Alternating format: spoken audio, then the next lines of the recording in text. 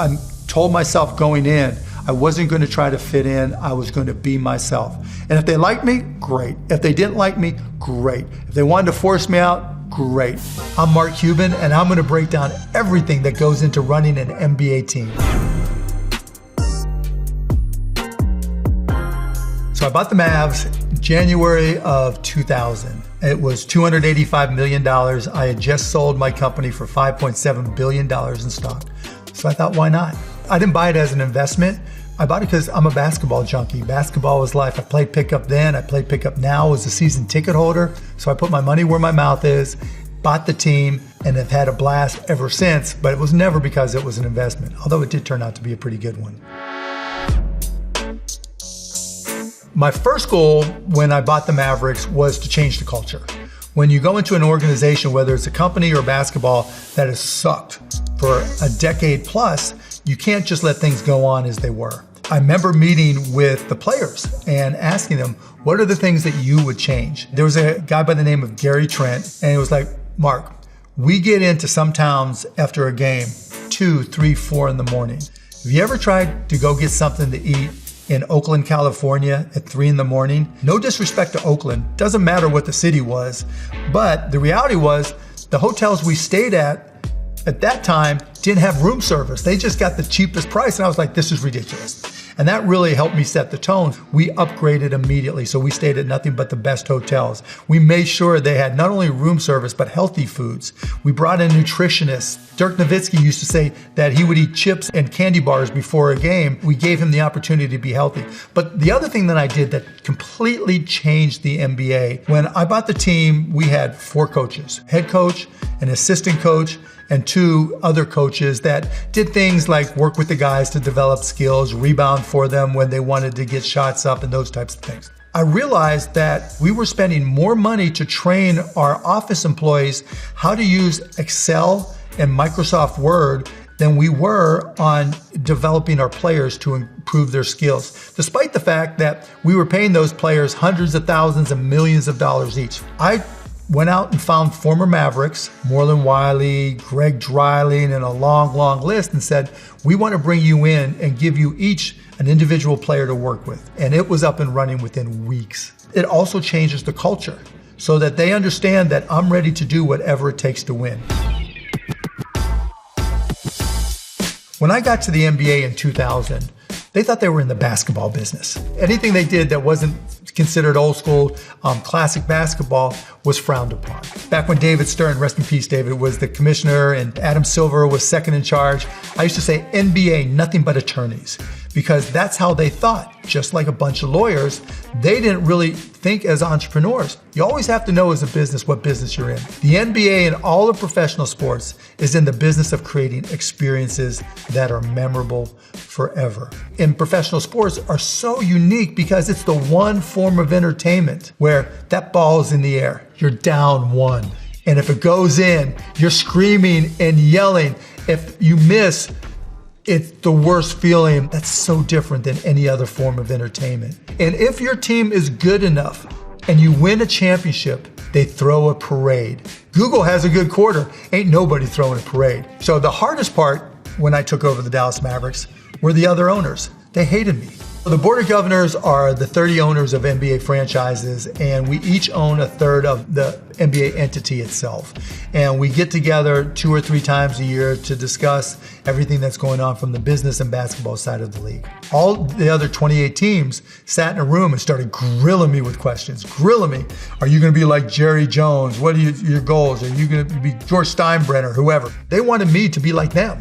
They wanted me to sit up in the suites and sign the checks. I literally remember walking into one of my first Board of Governors meetings and asking David afterwards, are we allowed to talk?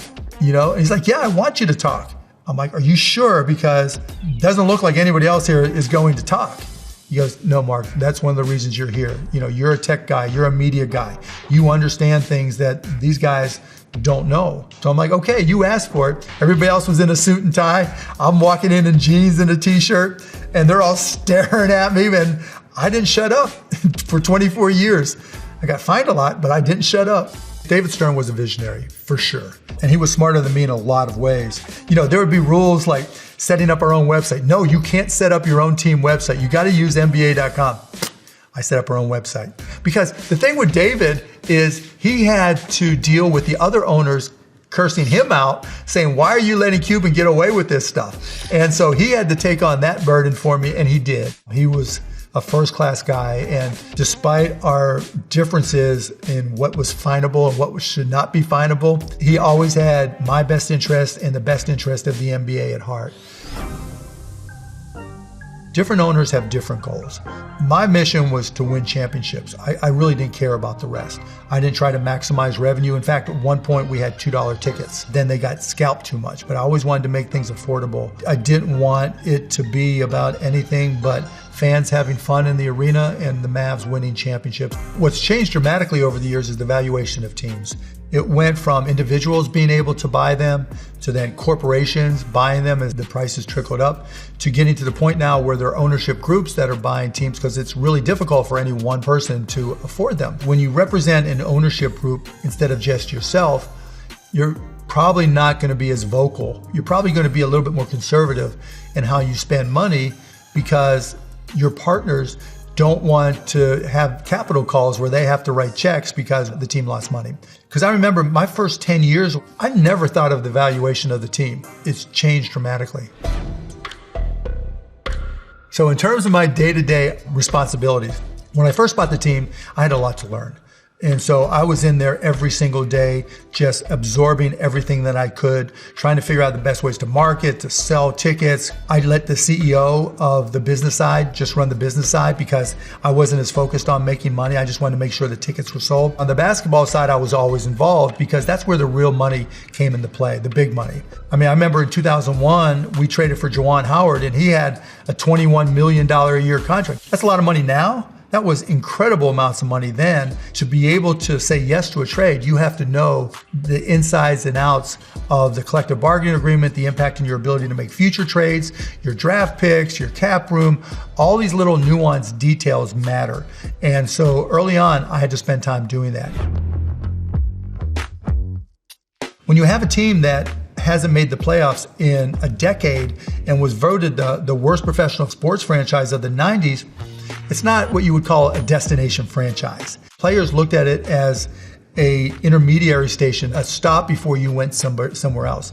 And that's really what I had to change. Fortunately, we're getting ready to open up a new arena, the American Airlines Center in 2001. I went and just completely changed the design of team locker rooms. I made it so that every locker had a PlayStation and a TV screens, headphones, stereos, whatever they wanted to put, the locker was set. I also bought a plane and we literally designed it so that Sean Bradley, who was 7'6", had enough leg room that he could lean back and fall asleep without crushing the person behind him. But that wasn't the fun part about the plane. The fun part about the plane was lying about it. Because what I decided to do was get together with all the guys and say, look, we're the only ones that are going to be on here. It's not like media or other people are coming on. I want everybody to tell everybody we have a weight room on the plane, that we have a movie room, and anything else you want to make up, I'm fine with. Just, embellish as widely as you can. And I can't tell you how many times players over the next 3 years, do you guys really have a weight room on the plane so you get a workout in? Yes, it's amazing. You got to check it out, but you have to play for the Mavs in order to see it. General managers talk to each other and they're throwing out trade deals all the time. It's almost like fantasy basketball. But then maybe something happens. Somebody gets hurt or the style of play, you get a new coach and the style of play changes. And all of a sudden it is, remember when you said you had interest in this player? Well, there might be an opportunity, and that's typically how it starts. When both teams get to the point where they have a need, they start discussing what the details of the trade will be. And then it also has to work within the constraints of the collective bargaining agreement. There are very literal and specific trade rules. If your salary for your team is above X amount, that means it's above the first apron. If it's above a larger amount, that means it's above the second apron. If you're above the second apron, then you cannot make a sign and trade. If you're above the first apron, You can't make a sign and trade, but you can trade your minimum players as part of a deal. There's all these little details that I don't want to bore you with, but you have to go through all that. And the league has evolved so that you have cap experts. You have people who literally are on staff because they learn the salary cap and the collective bargaining agreement in detail and look for every little angle that they can find. And back in the day when I was doing it and there weren't those cap experts, oh my God, it was so much easier to fleece the team. And then once you agree to the deal, you have to call the league and do what's known as a trade call. The crazy part is you still aren't sure it's going to leak to the media. I mean, I literally have had trades where here's the trade call, and before the trade call's even hung up on, the word is out. And that's how a trade works. The Mavs are probably 25 to 30% TV and broadcast, 20% of ticket sales, 30% sponsorships, and 25% merchandise and other. When I bought the Mavs, I immediately took the TV row seats, the seats where you're going to be seen on television, and jacked them up to $2,500. Across the period of time, I've had $2 seats, but they always got scalped. We had $10 seats up until about 5 years ago. But now to this day, we have at least 4,000 seats that are $29 or less. You always want to make it affordable relative to everything else. Season ticket holders are incredibly important. They obviously have the greatest commitment to your team, but from a financial perspective, they're your revenue base. They're the ones that you have your 10,000 or 12,000 or 14,000 tickets already sold, and also allows you to more easily set number of tickets you make available to the buying public. How does revenue share work? That's a good question. I'm not quite sure anymore because it keeps on changing. We'll see what happens now because of the new TV deal. Every time there's a new TV deal over the past 25 years, we always hope that teams don't lose money, but they still do because it's so competitive and you want to win so badly. Sometimes you're willing to pay that luxury tax and whatever other taxes and take the restrictions of the collective bargaining agreement. Your organization doesn't do a good job selling sponsorships or tickets, and you lose money. The NBA always benefited from a TV contract perspective from competition. Once things really took off in competition between TV networks like ESPN and TBS, that's when the numbers really started to get a whole lot bigger. And then fast forward to 2023 in particular, and you started to get interest from streaming companies, which created a really difficult situation for linear television because the best viewed events were sports. Linear television needed the NBA in particular because the NFL had already signed a big deal, and so that put the NBA in a great position to negotiate. To their credit, they put together a phenomenal $77 million 11-year deal is going to jack up revenues, not only for teams, but the way the collective bargaining agreement is organized, players get 51% of that revenue. And so they're going to come out really, really well. So I sold a majority stake for a couple reasons. First and foremost, I can talk tech, I can talk media, entertainment all day, every day. But the world is changing and revenue sources are changing dramatically for professional sports. And now it's become as much a real estate business with the arena that you have being the center point for the real estate that you're going to build around it. I just don't know real estate at all. And so I made sure I sold to somebody, the Dumont family, who runs the Sands, who knows that stuff cold. And just as important, in a social media world today, the critics of the ownership of any professional sports team can be brutal. I don't want my kids potentially feeling the pressure to walk into my spot as owner and have to deal with that. When I bought the Mavs, it wasn't a financial investment, and honestly, selling it wasn't something I was excited to do, but I thought it was the right time to do. None of this was about economics. It was and is about matters of the heart.